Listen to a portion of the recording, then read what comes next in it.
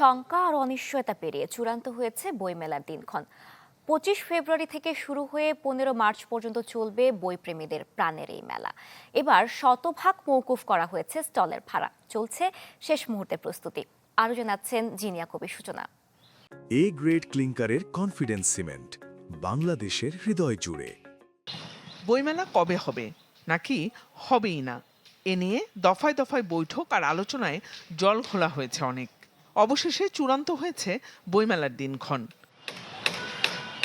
সেই সাথে তোড়জোড় বেড়েছে প্রস্তুতির, জোরে সোরে চলছে স্টল সাজানোর কর্মযজ্ঞ।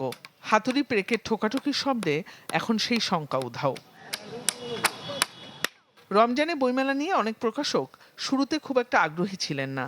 মেলা জমে ওঠা নিয়ে অনিশ্চয়তার সাথে ছিল লোকসানের সংখ্যাও।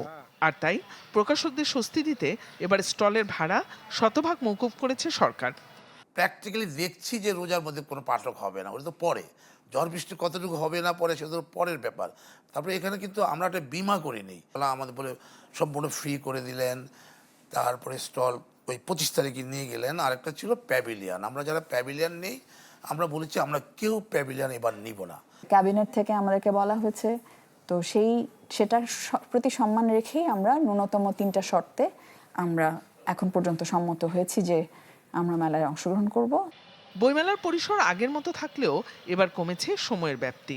এবছর প্রাণের মেলা শুরু হবে 25 ফেব্রুয়ারি, যার উদ্বোধন করবেন প্রধানমন্ত্রী তারেক রহমান। 19 দিনব্যাপী মেলা চলবে 15 মার্চ পর্যন্ত। শুক্র ও শনিবারে থাকছে শিশু প্রহর। নতুন সরকার দায়িত্ব নেয়ার পর আসন্ন ঈদের কথা মাথায় রেখেই এমন সিদ্ধান্ত। সবাই সর্বসম্মতিক্রমে কালকে আসার সিদ্ধান্ত নিয়েছেন, এটাকে অবশ্যই আমরা সাধুবাদ জানাই। 100%-এর দাবি ছিল, সেটা সরকার মেনে নিয়েছেন। তো সেই জায়গা থেকে ওনারা সম্মত হয়েছেন। তো এর বাইরে যেগুলো আছে সেগুলোও আশা করি সলভ হয়ে যাচ্ছে বা কিছু সলভ হয়েছেও। তো সব মিলিয়ে আমি কোনো অসুবিধা দেখছি না। বাংলা একাডেমি এবং সোহরাওয়ার্দী উদ্যান প্রাঙ্গণ আবার প্রাণ ফিরে পাবে লেখক, পাঠক আর প্রকাশকদের পদচারণায়। মুখরিত হবে মেলা প্রাঙ্গণ।